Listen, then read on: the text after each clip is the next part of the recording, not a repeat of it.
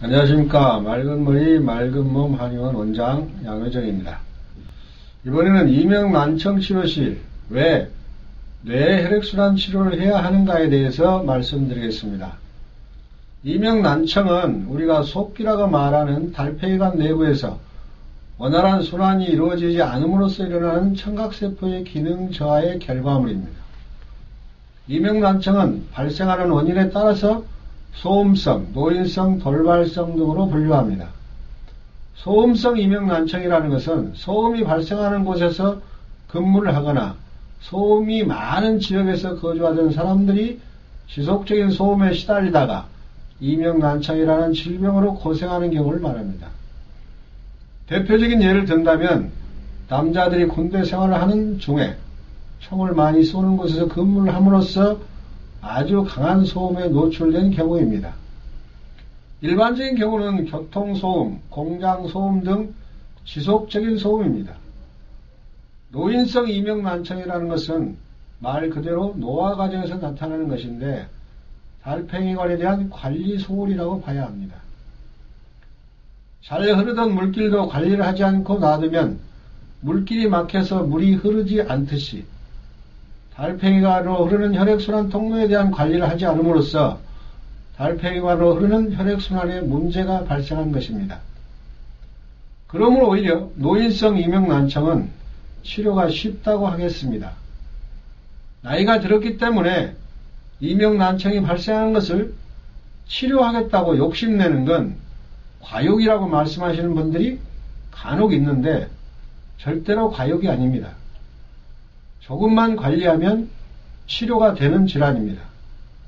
특히 조기 치료만 이루어진다면 100일 정도 치료 과정이면 충분한 치료가 이루어집니다. 돌발성 이명난청이라는 것은 어느 날 갑자기 폭풍우가 마을을 쓸어버리듯이 순식간에 귀가 먹어버리면서 이상한 잡음이 들리는 것을 말합니다. 그런데 이러한 사람들의 병력을 청취해보면 대체로 지속적인 스트레스 또는 과로, 지나치게 광적인 여행 후에 발생했다는 얘기를 들을 수 있습니다. 그러므로 엄격히 말한다면 돌발성이라기보다는 지속적인 달팽이관에 대한 부하가 어느 시점에 한계에 이르는 것이라고 봐야 할 것입니다. 풍선을 한없이 불다 보면 어느 시점에 뻥 터지는 것과 같은 현상이 돌발성 이명난청이라고 보면 됩니다. 그러나 돌발성 이명난청은 풍선처럼 터져서 회복이 불가능한 상황은 아닙니다. 달팽이관 내이액 순환의 장애이므로 내이액 순환만 좋아진다면 치료가 되는 질환입니다. 돌발성 이명난청은 급성 질환이므로 치료가 바로 이루어진다면 한 달 정도의 기간이면 치료가 가능합니다. 이러한 이명난청 치료에 공통적으로 치료해야 되는 것이 뇌 혈액순환입니다.